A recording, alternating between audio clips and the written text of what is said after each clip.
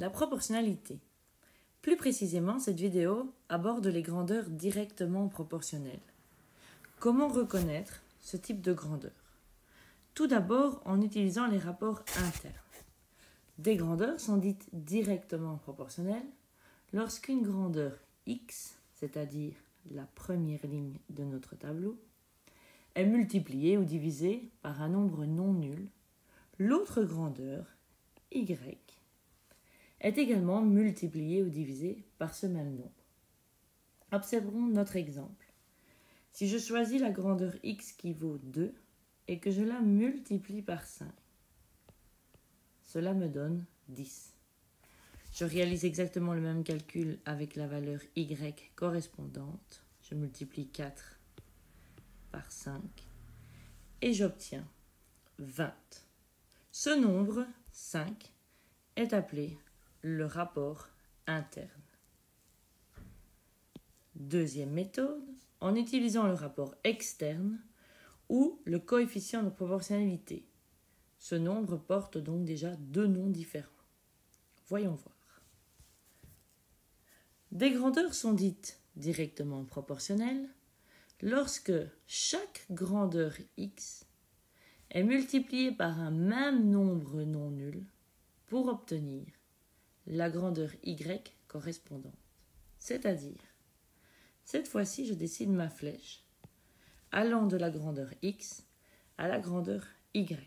C'est pour cela qu'on l'appelle le rapport externe. Il passe d'une grandeur à une autre.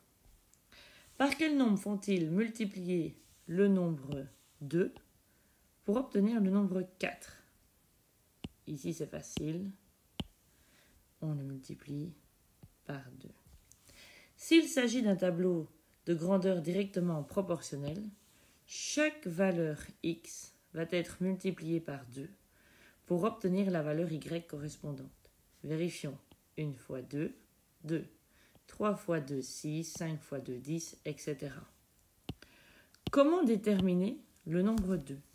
Eh bien, je choisis une colonne, celle que je souhaite, et je vais diviser la valeur y par la valeur x pour obtenir le rapport externe ou le coefficient de proportionnalité ou encore k. C'est plus court comme nom. J'obtiens donc 4 divisé par 2, ce qui me donne 2. Dernière méthode, je peux additionner ou soustraire deux colonnes pour en obtenir une troisième. Si j'additionne les grandeurs x, 2 et 3, j'obtiens 5. Je réalise le même calcul avec la valeur y correspondante.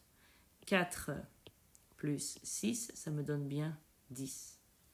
Cela fonctionne aussi avec les soustractions. Faisons l'exercice avec une soustraction. 3 moins 2, ça me donne 1. 6 moins 4, cela me donne bien 2. Maintenant, vous savez utiliser les trois méthodes pour vérifier si un tableau de grandeur est bien un tableau de grandeur directement proportionnel.